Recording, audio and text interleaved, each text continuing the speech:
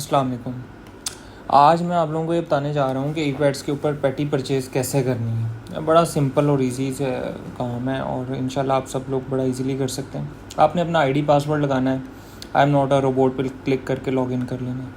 उसके बाद आपने इसके सोर्स एंड कॉन्ट्रैक्ट मैनेजमेंट में जाके प्रोक्योरमेंट प्लान को ऐड करना है। सोर्सिंग एंड कॉन्ट्रैक्ट मैनेजमेंट में जाके उसके बाद ये लिखा आएगा कि वह annual procurement plan physical year आपने अपना ऐड करना है 2024-25 और इसको सेव कर देना है। जब आप इसको सेव करेंगे तो ये नीचे एक पूरी लाइन बनी हुई आ जाएगी, यहाँ पे आपका प्रोक्योरमेंट प्लान ऐड हो जाएगा 2024-25। अब आपने जितनी भी बिलिंग करनी है आपने वो इसमें करनी है। फिर इसके आपने व्यू पे क्लिक करना है। व्यू पे क्लिक करके ये आपके सामने इस तरह की एक स्क्रीन ओपन होगी। प्रोक्योरमेंट पे क्लिक किया, अब आपके सामने प्रोक्योरमेंट का पूरा एक खाना आ रहा है। अच्छा, अब आपने इसमें अपनी नेम ऑफ प्रोक्योरमेंट में आपने अपना हेड ऑफ एक्सपेंडिचर लिख देना है। जैसे आपने स्टेशनरी प्रोक्योर करना चाह रहे हैं वो लिख के फिर उसके फ़ौरन बाद आपने अपनी प्रोक्योरमेंट नीड में जाके लिख देना है कि फॉर दिस ऑफिस यूज़ के, मैं इस ऑफिस के लिए ये चीज़ चाहिए। अब जो चीज़ चाहिए आपको वो आपने अपनी स्टेटमेंट ऑफ रिक्वायर्ड में लिखनी है। जैसे आपको पेपर रिम चाहिए, बॉल पॉइंट्स चाहिए, कोई भी आपको ऐसी जो भी चीज़ रिक्वायर्ड है स्टेशनरी से रिलेटेड, वो आपने अपनी स्टेटमेंट ऑफ रिक्वायरमेंट में लिख देना है। उन तमाम आइटम्स के नेम्स जो भी आप प्रोक्योर करना चाह रहे हैं। उसके बाद आपने एस्टिमेटेड कॉस्ट में ना अपना लिख देना है कि आपके एस्टिमेटेड कॉस्ट लाइक उस हेड ऑफ एक्सपेंडिचर में आपका बजट कितना है, या जो आप चीज़ ख़रीदना चाह रहे हैं, जो भी आप प्रोक्योरमेंट कर रहे हैं वो कितनी है, वो लिख के उसके बाद आपने अपना बजट जो आपका डेवलपमेंट का नॉन डेवलपमेंट का वो करना है। फंडिंग टाइप को लोकल करना है। आपकी जो गवर्नमेंट है वो कौन सी है, पंजाब गवर्नमेंट है, फेडरल है, जो भी है वो करके आगे आपने होल के ऊपर क्लिक कर देना। होल पे क्लिक करने के बाद आप इसको सिंपल आगे सेव एंड नेक्स्ट कर देंगे। सेव एंड नेक्स्ट करने के बाद आपने कैटेगरी ऑफ प्रोक्योरमेंट सबसे पहले उस पर क्लिक करना है। उसको आपने क्लिक करने के बाद इसमें आपने देखना है कि आप अगर चीज़ें ख़रीद रहे हैं, कोई परचेजिंग कर रहे हैं, तो आपने गुड्स को सिलेक्ट कर लेना है। फिर उसके बाद आपने अपना अल्टरनेटिव पेमेंट प्रोक्योरमेंट मेथड को क्लिक करना है। फिर प्रोसीजर में पैटी परचेज़ को क्लिक करेंगे। 75,000 से नीचे जितना भी होगा वो पैटी परचेज़ होगा आपका, उसको आपने पैटी परचेज़ पे क्लिक करना है। फिर उसके बाद आपसे ये पूछेगा tentative notice date, tentative date of contract, tentative date of completion. ठीक है, इसके अंदर आप नोटिस दे रहे हैं। अब मैं इसके अंदर डेट रख दी है 21 नोटिस की, और मैं कॉन्ट्रैक्ट की डेट रख रहा हूँ 22 इन केस। तो ये मेरा, और डेट ऑफ कंप्लीशन भी मेरी हो जाएगी फिर 22। पैटी परचेज़ पे आप क्लिक करेंगे तो आपके सामने एक नई विंडो ओपन हो जाएगी। ये अब आपके सामने नई विंडो ओपन हो गई है और देखें इसके अंदर ये नीचे आपके पास लिखा आ रहा है ऐड आइटम एंड प्रोडक्ट। ये जो ऊपर वाला खाना है इसको भी हम बाद में करेंगे।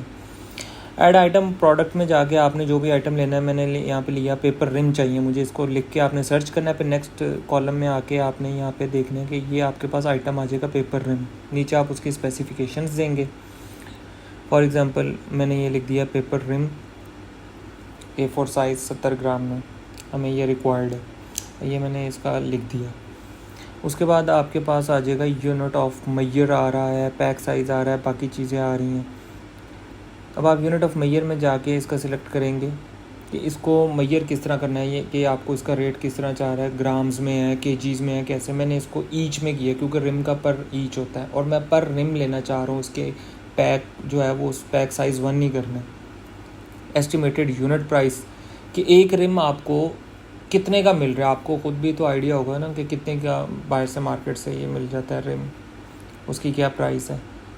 तो आपने यहाँ पे वो एस्टिमेटेड यूनिट प्राइस उसकी लिख देनी है कि आजकल मार्केट में इसकी यूनिट प्राइस ये चल रही है।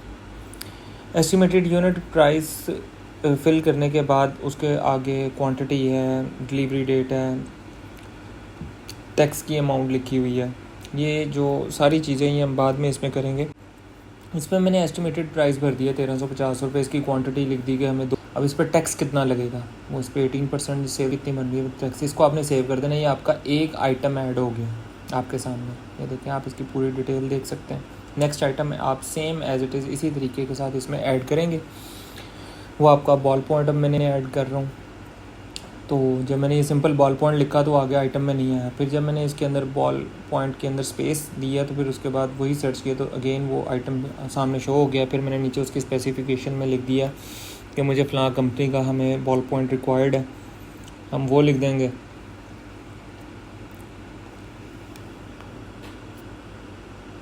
सेम एज़ इट इज़ जैसे हमने पेपर के अंदर तमाम काम किया वैसे ही हमने इसके अंदर भी करना है। इसके यूनिट ऑफ मेजर को लिखना है। क्या बॉल पॉइंट जो होता है कि ये क्या चीज़ होती है, मतलब बॉल पॉइंट का अब यूनिट ऑफ मेजर क्या है कि ये पैक है, ये ईच अकेली चीज़ मिलती है, ये इसका फुटों में रेट है, इसका किस चीज़ में रेट है, वो इस वेबसाइट पे डिटेल के अंदर यूनिट ऑफ मेजर्स दे दिए गए हैं हर चीज़ से रिलेटेड। आपने उसको थॉरोली पढ़ना है। आप जो भी चीज़ प्रोक्योर करना चाह रहे हैं उसको ढूंढ के फिर आपने वो लिखना है। अब ये मैंने इसमें यूनिट ऑफ मेजर में पैक कर दिया, पैक कि ये पैक होता है इनका बॉल पॉइंट होगा और एक पैक में 10 बॉल पॉइंट्स होते हैं।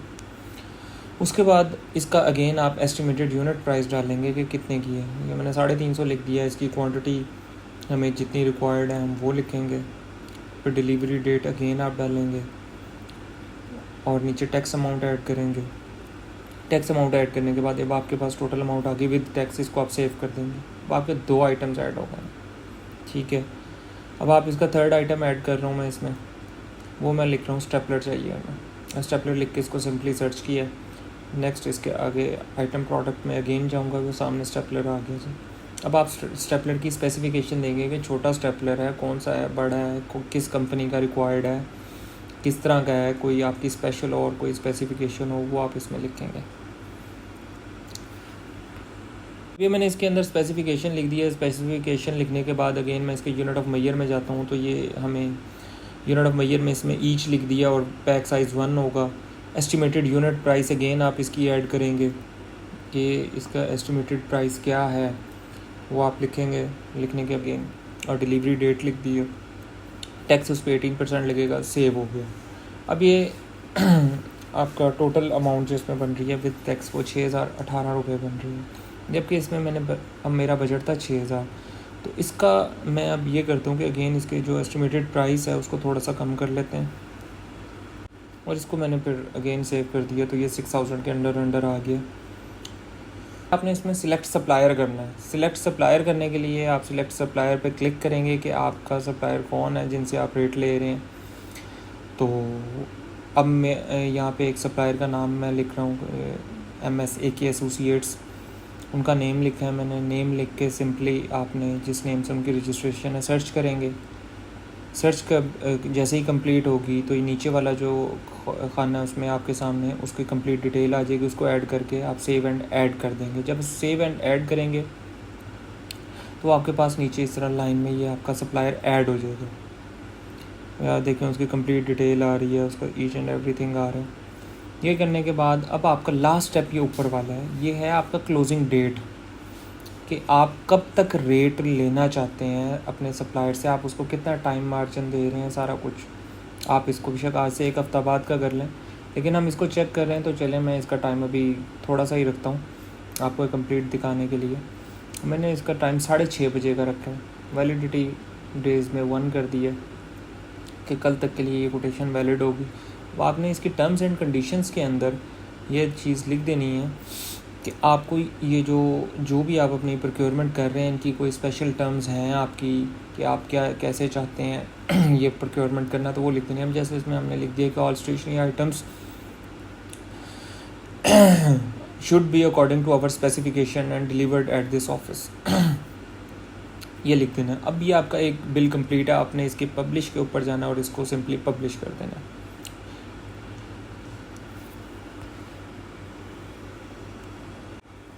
इसको आपका लास्ट अब कोई काम नहीं है, अब आपने इसको सिंपली पब्लिश कर देना है। अब आप इसको पब्लिश करेंगे, ये आपसे अगेन पूछेगा are you sure you want to proceed. इसको आप सिंपली यस करेंगे और ये अब आपकी वीडियो जो आपके ये बिल है एक कंप्लीट स्टेशनरी का, ये पब्लिश होके आपके वेंडर के पास उनके ई-पैड्स पे चला जाएगा। इसके बाद नेक्स्ट प्रोसेस उनका है कि वो उन्होंने अपना रेट कोट करना है इसमें।